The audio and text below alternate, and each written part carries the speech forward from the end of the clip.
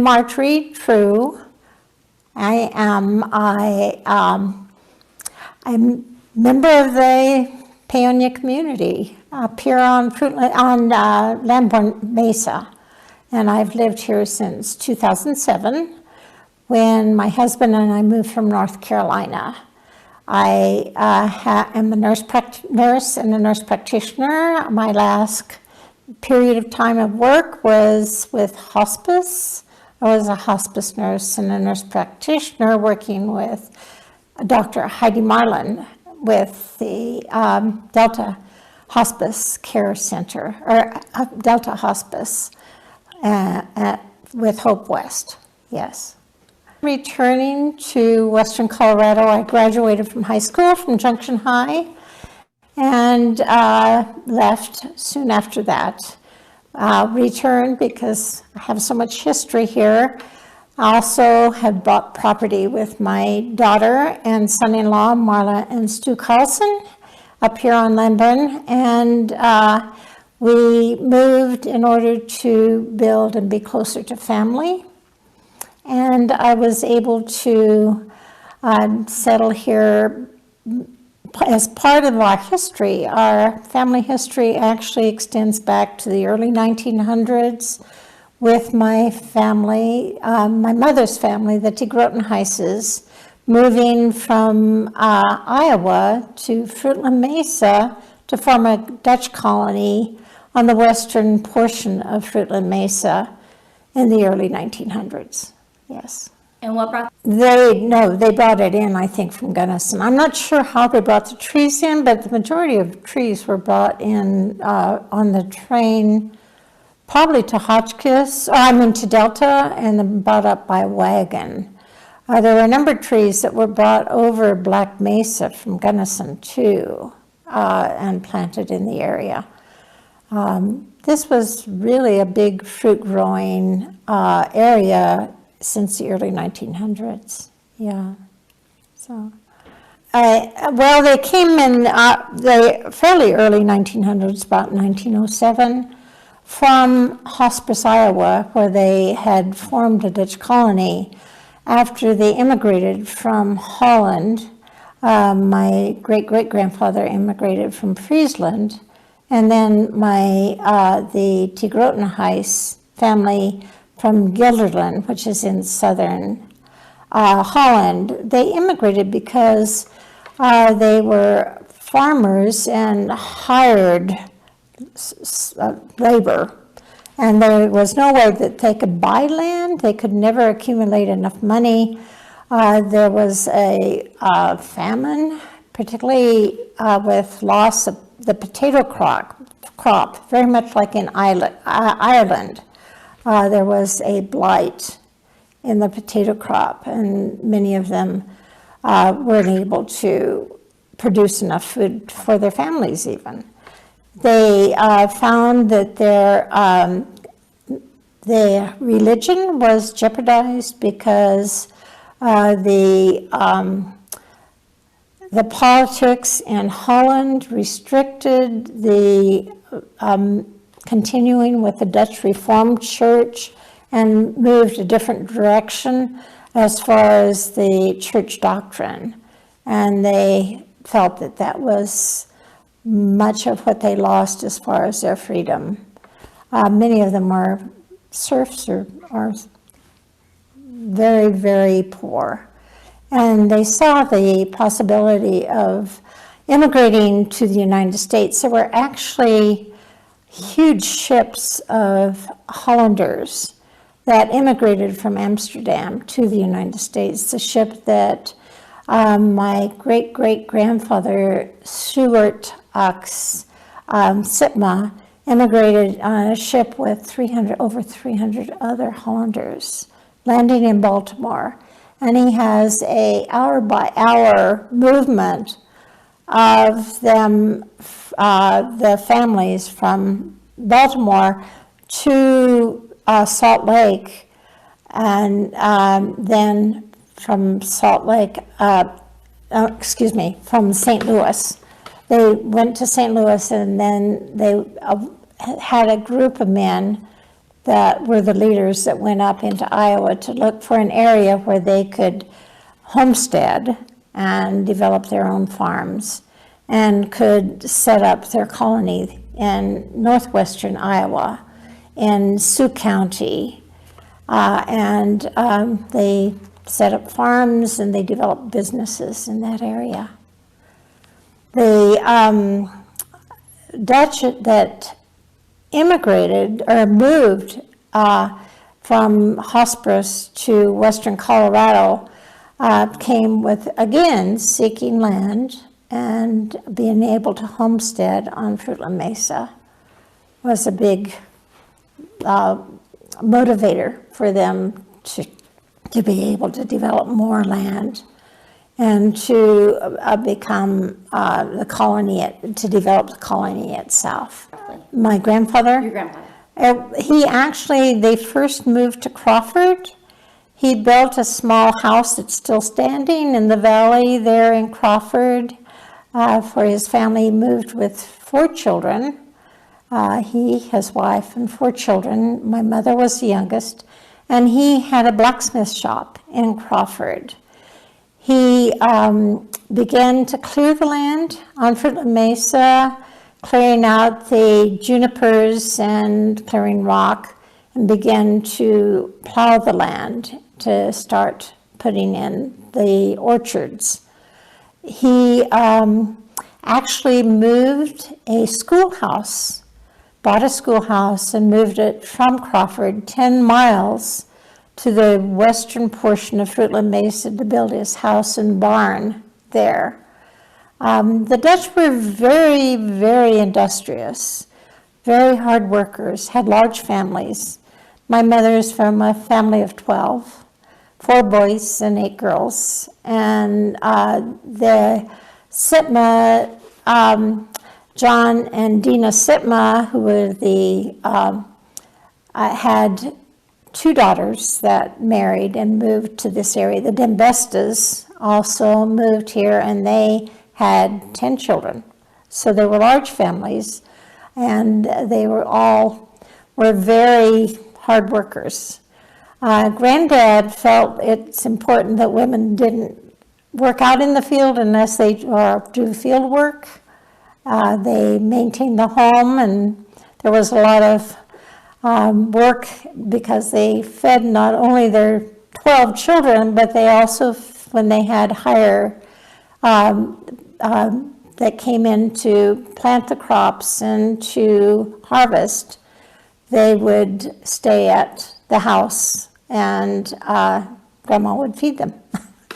He also had a blacksmith shop. Your grandfather? My grandfather, Ed, and anyone that brought supply came in to have work on any of the livestock or work on the wagons, they would feed them also. So Grandma was very busy preparing food for the family. And the 8 girls were very involved in maintaining the home and supporting the men that were working in the fields.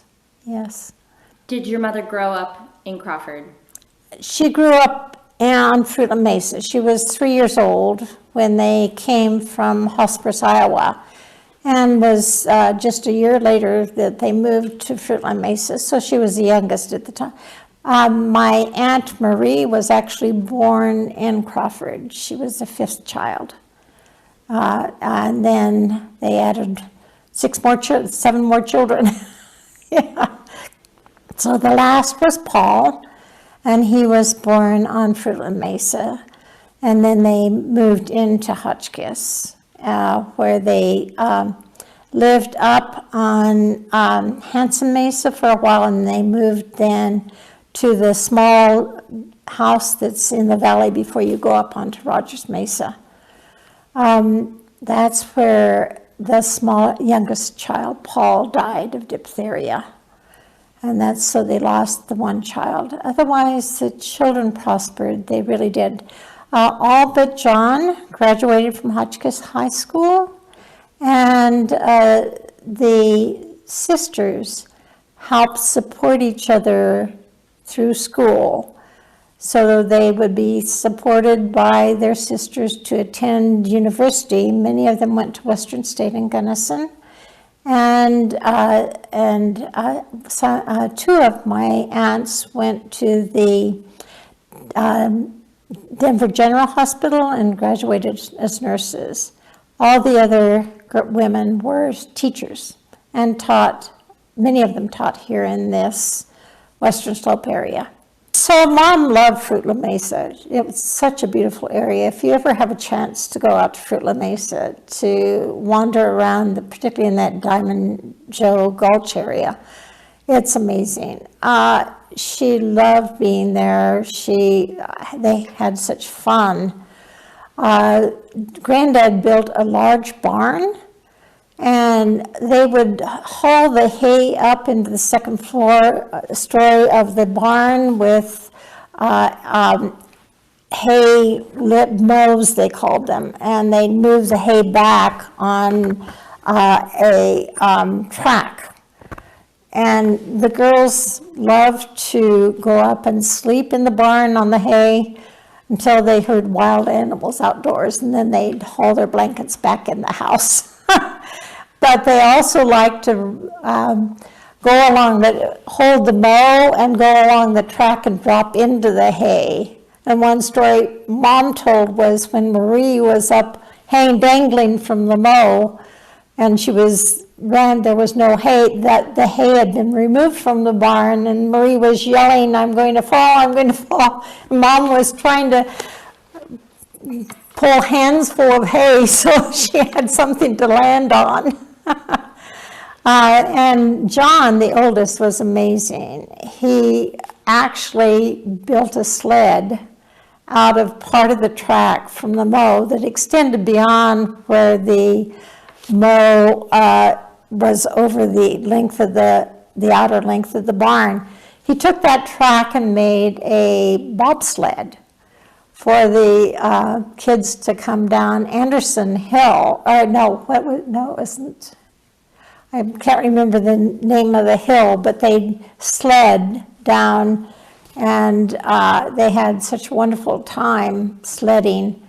They also had a big pond, an ice pond, where they cut ice and put it in a small house that Granddad had built, and stacked cedar chips around it to preserve the ice through into the summer. But they'd also skate on the ice pond, which was great fun for them. They had a wonderful time swimming in the pond and the creek behind the house. One some of the interesting stories Mom told was they had a cistern, and they'd fill the cistern in the spring and the fall, but the cistern had to be cleaned. So they lowered the smallest children down to the bottom of the cistern to sweep the dirt out and they'd haul the dirt up in buckets and then pull the children up last.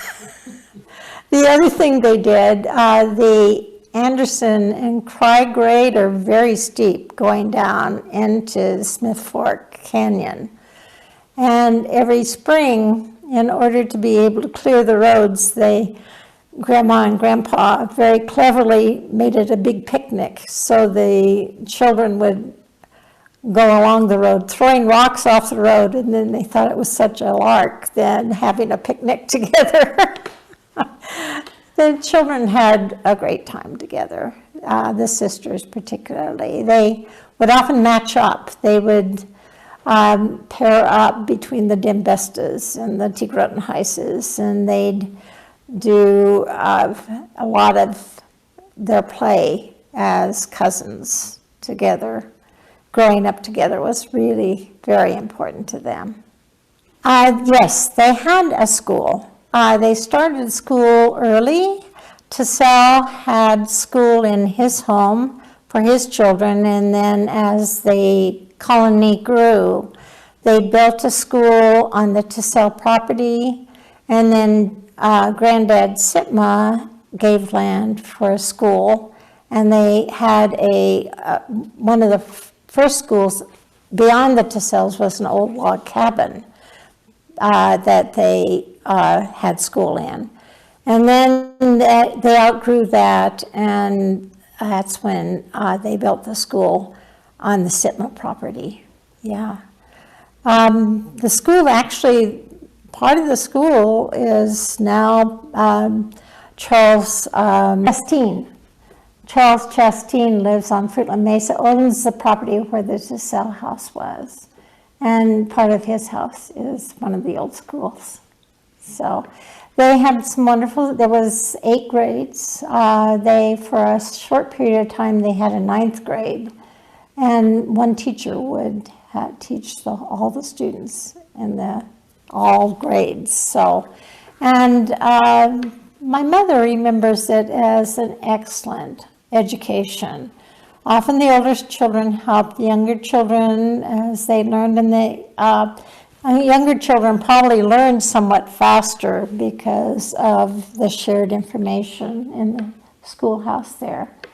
When they moved into Hotchkiss, they went to Hotchkiss High School, and then went on to, majority of them did get an advanced education. Yes, my mother became a teacher after attending Western State, and she taught on Redlands Mesa. She was traveling from Hotchkiss up to Redlands Mesa, which is about 5 miles by horseback, and it was cold. And she stopped at the Barton residence, and that's where she met my father.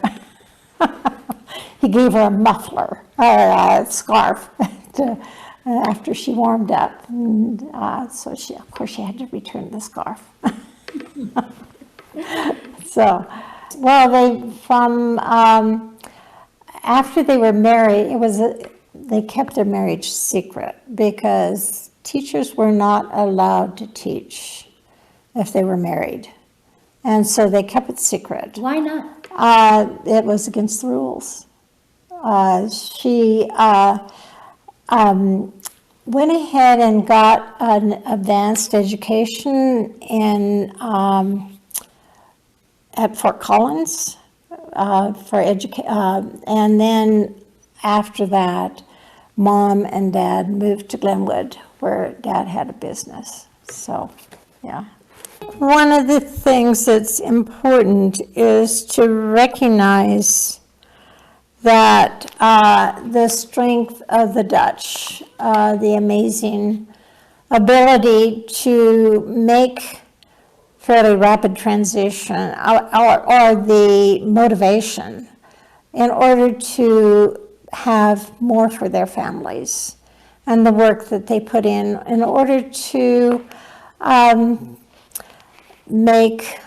to settle the land, to put in crops, to develop a religious community, to develop a community that supported each other, and to prosper.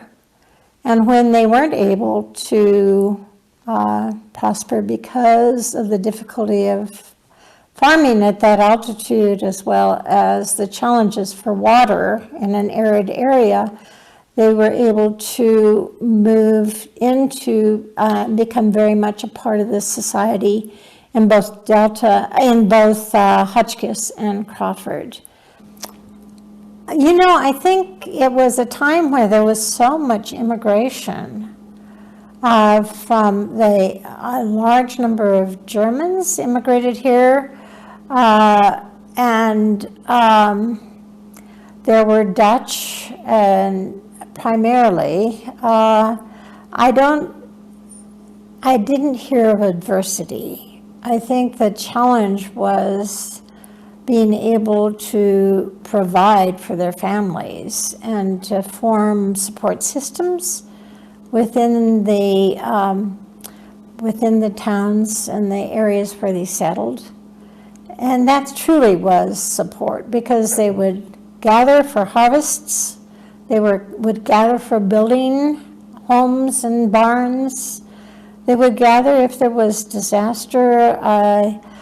The Spanish flu hit this area very definitely, with loss of members, death of family members. There were disasters to horrible accidents with loss of family members, and how they supported each other through these trying times. Yeah, I think there was support that was a little bit more specific when they were to travel extensively required was a challenge because it was muddy in the spring, deep snow in the winter. Mom wrote about often they would have almost spoke deep mud trying to pull the wagons. They had very limited gravel. There was no paving of any of the roads. So it was a challenge to get into the towns itself during the heavier weather. So in times they supported each other right there within the colony. And they provided for almost everything they had as far as food. There was a mill, both a lumber and a grain mill in Crawford, where they would carry their wheat and grind it. So they were very self-sufficient as far as flour and just the stored food that they maintained through the winter. They did a lot of canning, a lot of drying, a lot of preserving of their food. So a lot of it was very independent living or supporting each other within the colony itself. Why did the colony disband? It disbanded because they couldn't survive on Fruitland Mesa. The farms just did not thrive. They often would have these farm cells, and that's where they would pick up equipment to continue farming themselves, but ultimately Granddad had sold everything he had. He wasn't even able to sell the house. They just had to abandon the house. It was sold for taxes. My mother raised 7 children. 6 girls and 1 boy. We outnumbered again, dominantly female. And she was a teacher, but also ran a small daycare center in her home when we were younger, so that she could be at home. And then went back to teaching. She taught in Grand Junction. She taught in a school at Riverside that was with children with disabilities for a short period of time. She taught up on Coal Creek, that is up above the monument on Glade Park. And then she taught one-room schoolhouse there. One of the last one-room schoolhouses in the Colorado area. And then she also taught up in Kebler, a small schoolhouse there. Oh, she was very much a guide for her daughters and son. She was very caring. She was willing to take time for each of us with our special needs when we were challenged as a growing individual, and we prospered much due to the care she provided. Dad was out often away because he traveled as a salesman for large equipment, particularly with mining and with the uranium boom that we had on Western Slope. Well, once the Dutch colony moved away from Fruitland Mesa, Granddad became very involved as a trustee at Methodist Church in Hotchkiss, and we were Methodist in Grand Junction. Yes. I was born in Nebraska. Actually, my mother and father moved to Nebraska where Dad had sold farm equipment, and they stayed there until Dad became very, very ill and returned to Handsome Mesa then. So I was about 4 or 5 years old when we moved from Nebraska back to Handsome Mesa. And then from Handsome Mesa, we moved to Grand Junction. So I left Grand Junction to go to school in Colorado Springs. I went to Bethel School of Nursing and worked in public health, and then married my husband, who was in the Army, and we spent 2 years in Pakistan, where our 2 older children were born, Mark and Lisa. Returned with Lisa just 3 months, and Larry got it discharged from the Army because Vietnam was breathing on our necks, and he went to school in Oklahoma, and then we moved back to Colorado, where he ultimately worked for Frontier Airlines when it was a real thriving company, a commercial airline. What year was that? That was in we moved back to Colorado and lived north of Broomfield in 68. And then our youngest child, Marla, was born in 69. I was teaching childbirth education classes then and started back to school myself to get my degree. I didn't work as a nurse during that period of time, raising my children. And then we left in 73 and moved to Missouri. Larry's father died accidentally, and we wanted to be closer to his mother. And so we were in Missouri, north of Kansas City, and Liberty, where the children attended school. And I finished my degree and received my master's degree as in maternal child focus, and then became a clinical nurse specialist at that time, working at Children's Mercy and teaching. I taught a lot. I taught associate degree nursing in Kansas City, and at Graceland it was a baccalaureate program. I taught at Graceland, where I got my bachelor's degree, and then in North Carolina I taught at a historical African American University, North Carolina A&T, which was fascinating. What did you teach there? I taught pediatrics.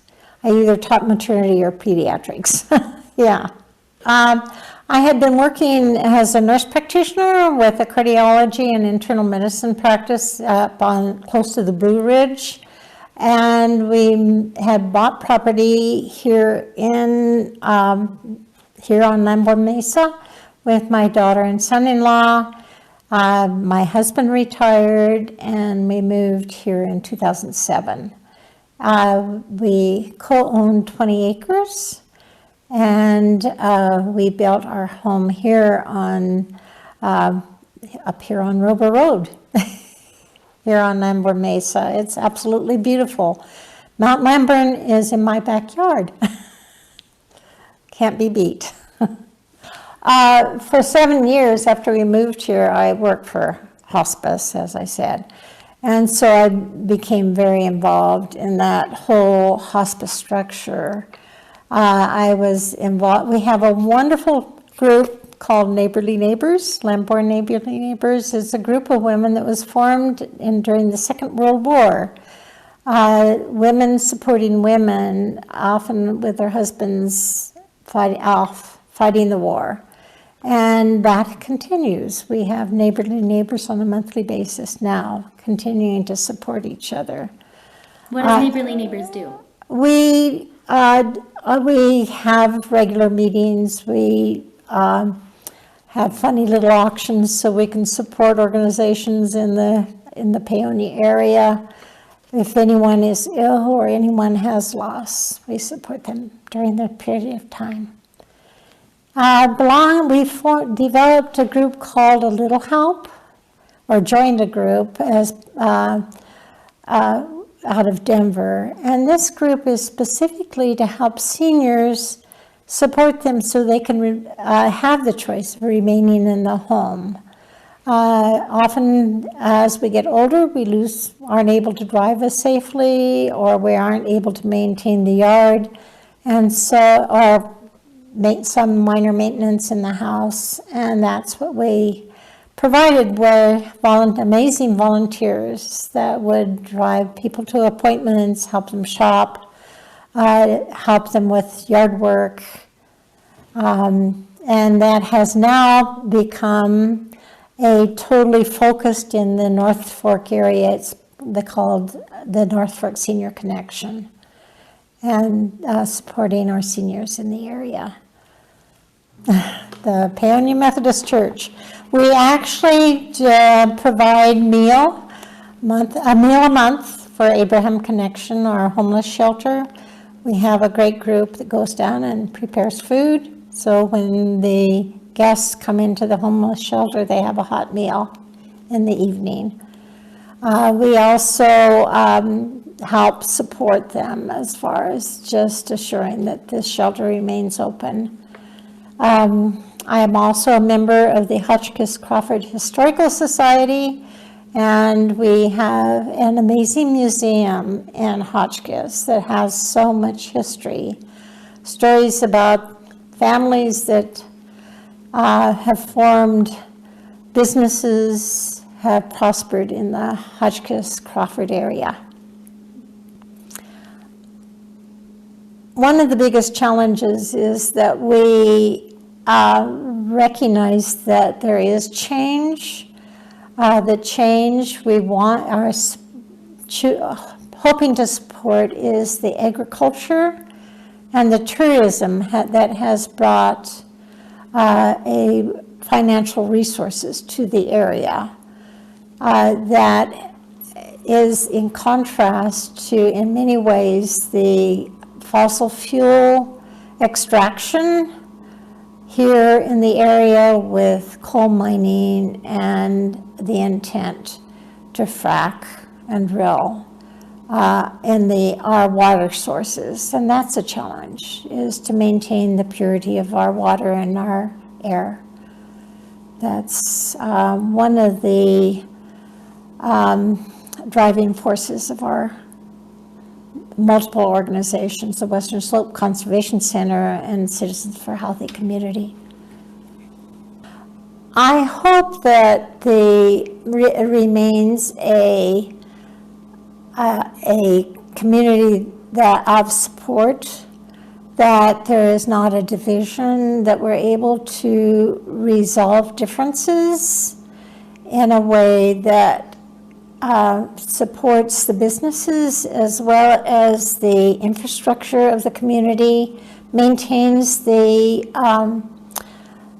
natural resources that we have here, as well as the possibility of it being a center for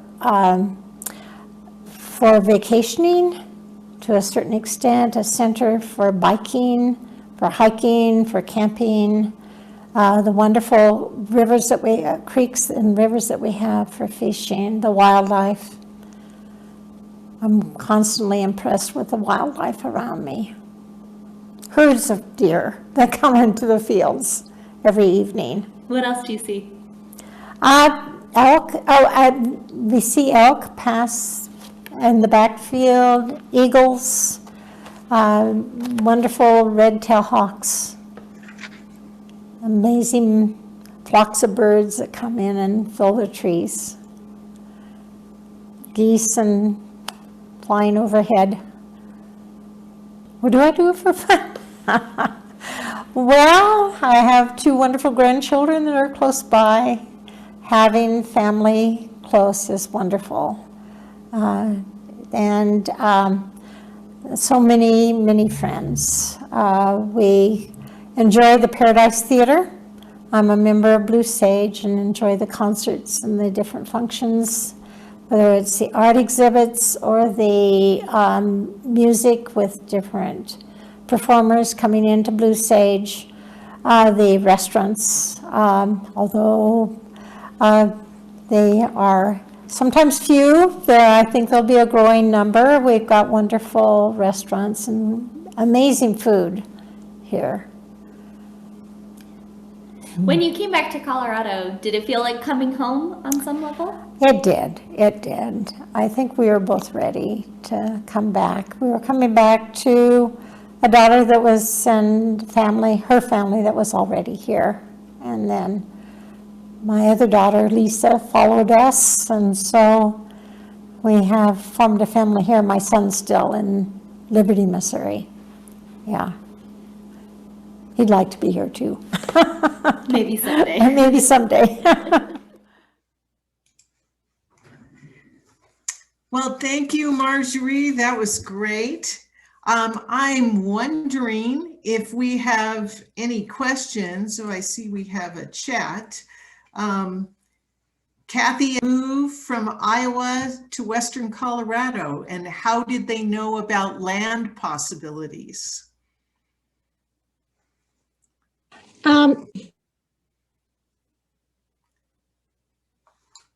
Marjorie, you seem to be muted.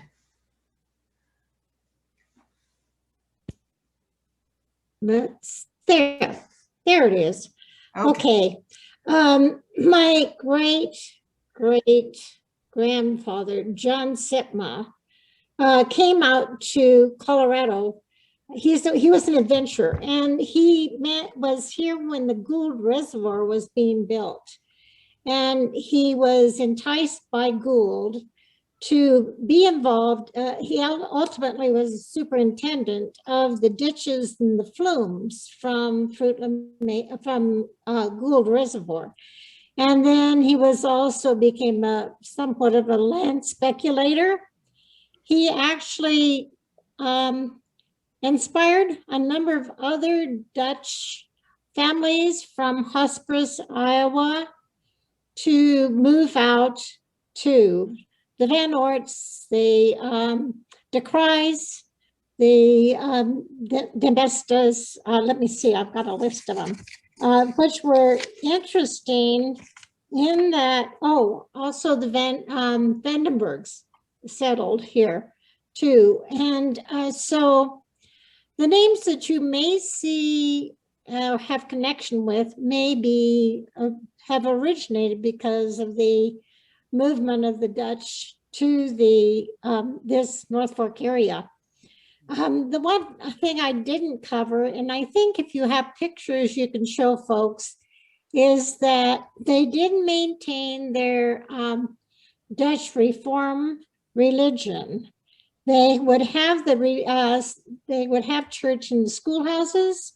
Reverend Tassell was the minister to the congregation, and he built a absolutely stunning home up on Fruitland Mesa, as well as a barn that was extraordinary. He was a master builder, and the barn that he built was large enough for a team of horses to carry the vegetation. Either ultimately, mom said they used sunflowers, but also corn and other kinds of grains, and they put it into the silo that was at the top of the barn.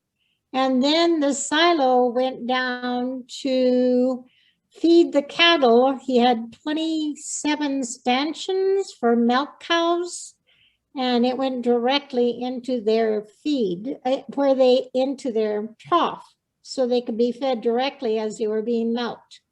He had a concrete cooler that had water that ran both on the inside and the outside of the building, about 3 feet up.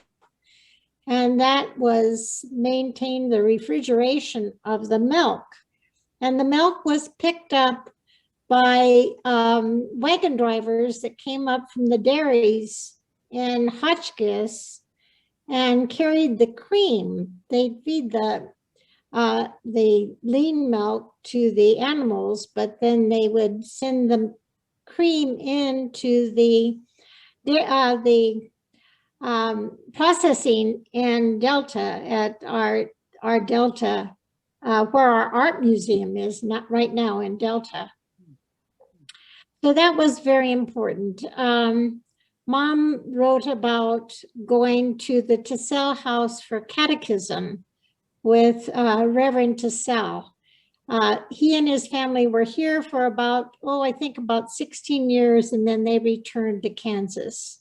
So that was interesting. The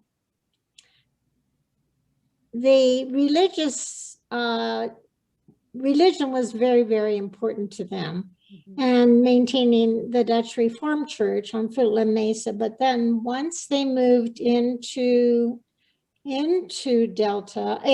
Hotchkiss, where Granddad became a plumber and became very involved in the Methodist Church there. He actually helped to build the Methodist Church in Hotchkiss, and he was successful as a plumber there. But so, was Marjorie, it sounds like it wasn't necessarily a religious pull. It wasn't like they knew that the Methodist or the Dutch Reformed Church, it wasn't necessarily that pulled them to Western Colorado from Iowa.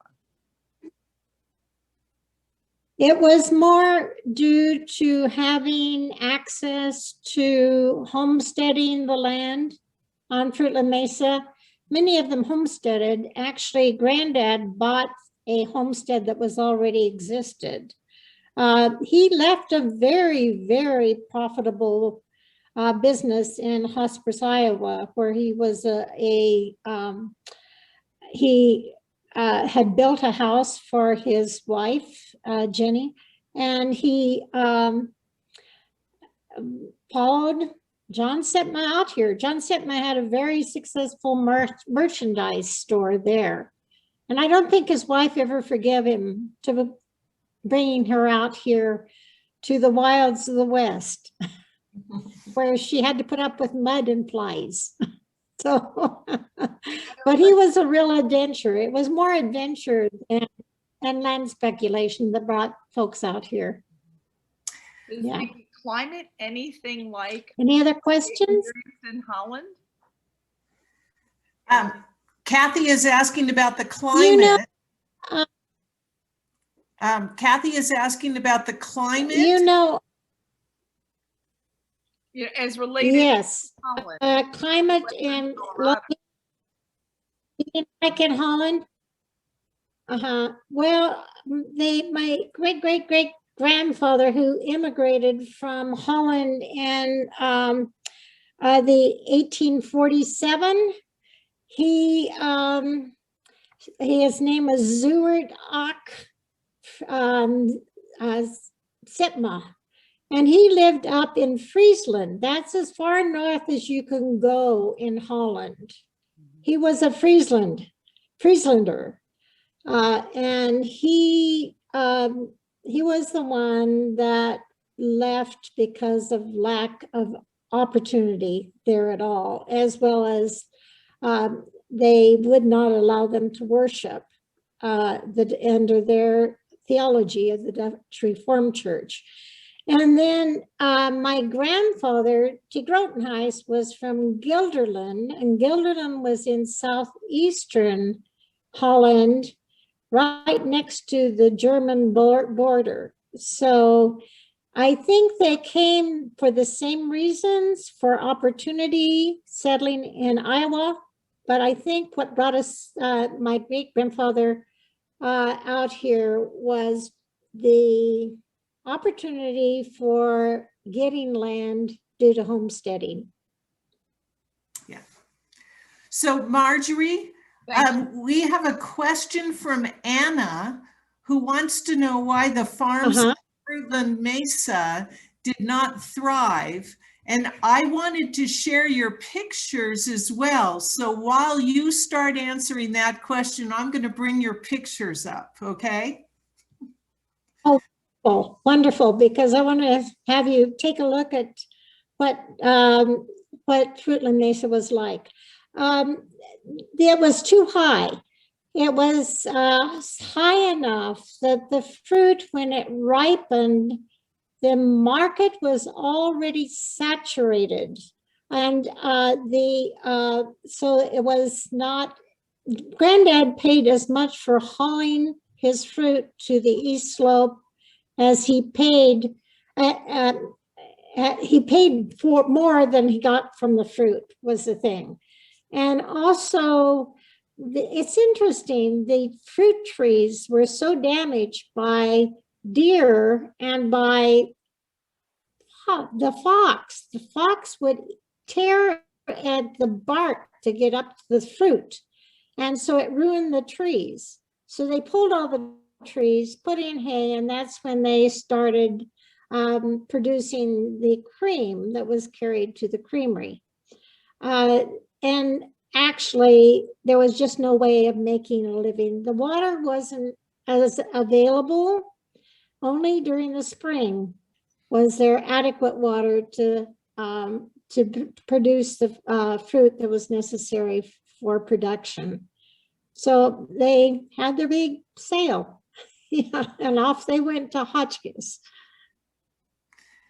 So if you look at your screen, Marjorie, I've brought up pictures, your pictures. Yeah, this is the Tegrotenhuis family that were in Holland, and it does say that the Tegrotenhuises did move from the Netherlands. Some of them moved from the Netherlands to the US and settled in Iowa. So this is how the Dutch look. Back then. This is the Dutch that, this was Granddad Tegrotenhuis, and his wife is sort of in the middle, and all this cluster of children, from the oldest John that was in the upper left to the littlest Paul that's in the lower, the small one there. My mother is in the second line, probably fourth from the left. I think that's Mom. Yeah. So that's the Tegrotenhuis up on Fruitland Mesa. Yeah. So this is the Tassell house. Reverend Tassell built the lower portion of the house initially, and then his family grew. So he added the gables at the top. And then you can see how well done and how well built it is. And then the next shows the barn. Oh, no, this is the view. It shows the house toward, it's a poor picture, but the house toward the back and the barn in the front.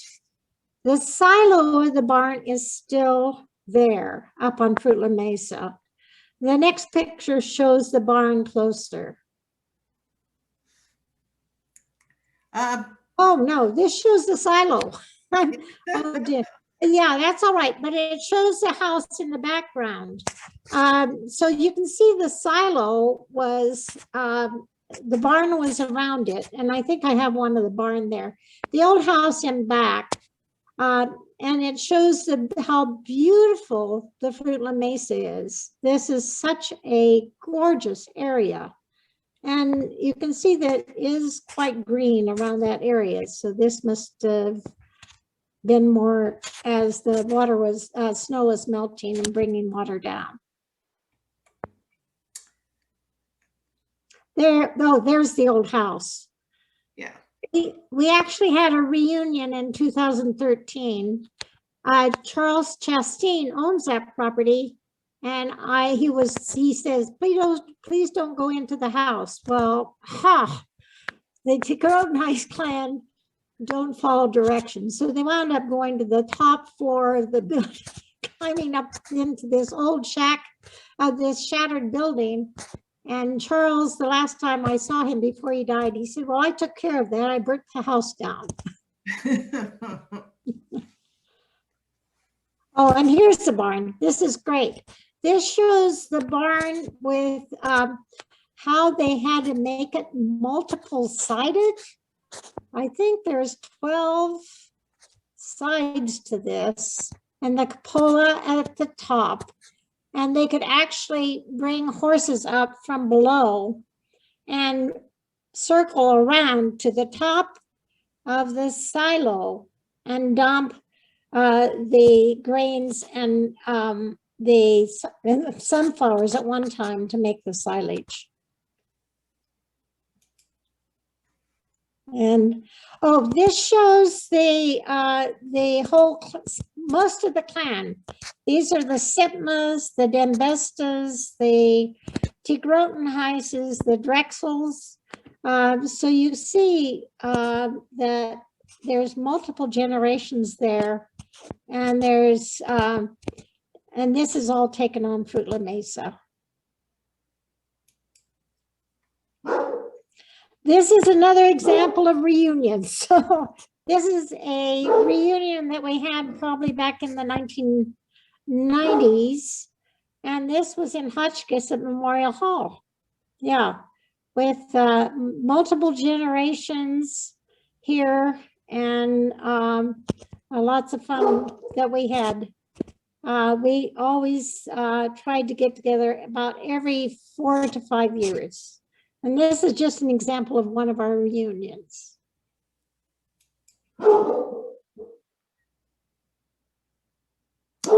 This is my family that was existing in the this was probably in the early 1990s.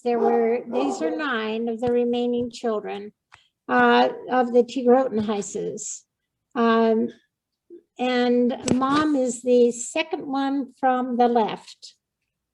Next to her is John, her older brother. Next to her is Dorothy, and then the twins, Madeline and Evelyn, and then, names. Then Ben, and then in red is Marie. There's your mom, Demo. And then Ken and Alice. Yeah. And here is the reunion that we had when Delno and Kathy and David came. And these are the second cousins. So you can see this. In the middle is Marla and Lisa, and behind them are multi-generations, the children of the families that are from the Tegrotenhuises, and Kathy and David are there also as second cousins. And now you'll have a picture of first cousins. So this is the first cousins. So much fun. Yes, yes, Kathy. Who would have ever thought? So Delno is in black and white there. And I'm sitting next to her. My cousin Ken, who is a Myers, and his sister, Carol, and then my sister, Sylvia, and then Dorothy Jean, and that up above is Betsy, my youngest sister, Gordon, and Jenny. Jenny and Betsy are my sisters. Gordon and Alan and David are all Holtz, and then Linda is their sister, and then Judy Stevenson is another cousin. So isn't that fun? It was a wonderful reunion. And here's David, Kathy, and Dono. Yes. Who would have thought we'd be invited? Oh, well, who would have thought, period. So Delno came to us 4 years ago, Delno. Yeah. Delno was Marie's child, and Marie delivered at the Cottage Hospital in Denver as a teenager. And I have a sense, this may not be true, but in order to adopt, the baby had to be in an orphanage for 9 months. But I think that Granddad, as trustee of the Methodist Church, was in communication with Delno's adoptive parents. The Tyrese, is that right, Kathy? Delno? Who was a Methodist minister? And he was some Westminster Methodist minister. So that's what I like to think, is you went right to their arms. And Delno's son and daughter. And so what a wonderful reunion that was. Yes, Life-changing for us. Thank you for including us. yes, yes. This is such fun. Yes. So there was another question. Any for other you. questions? There was another question for you, Marjorie. When it was named Fruitland Mesa, Yeah. when was it named Fruitland Mesa, and was that promotional because of the orchards? Oh, that's a good question. I don't know if that occurred about the time that the Gould Reservoir was built. That's a possibility, but it may be older than that. I think it was definitely to pull in farmers to farm the mesa. As it couldn't have been called Fruitland Mesa before that because it was just wild land. It was you can look south of Hotchkiss and west of Crawford, and you just see it's somewhat hilly, but flat land up this high mesa at a higher altitude than the fruit farmers around in the valleys. And they didn't prove themselves to be fruitful, because what they raise up there now is hay and a lot of wildlife. Hay, cattle, wildlife. Yeah, but it's a gorgeous place, definitely. Yeah.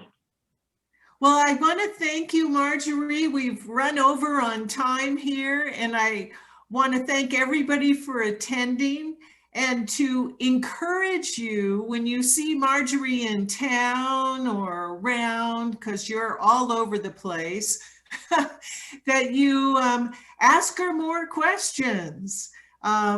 We want to hear everybody's story. This has been such a joy for me and for Deborah to sponsor these. And I'm so glad that you could all join us. Our next interview will be next Wednesday at 4 o'clock. That's the 10th. And I'm going to stop promising who's going to be there, because I've been wrong twice now. And so we will have an interview that will be great. And I hope you all join. So thank you so much. Thank you. Thank you so much. Bravo, Marjorie. Thank you, Marjorie, for sharing your history. That That was a great program today.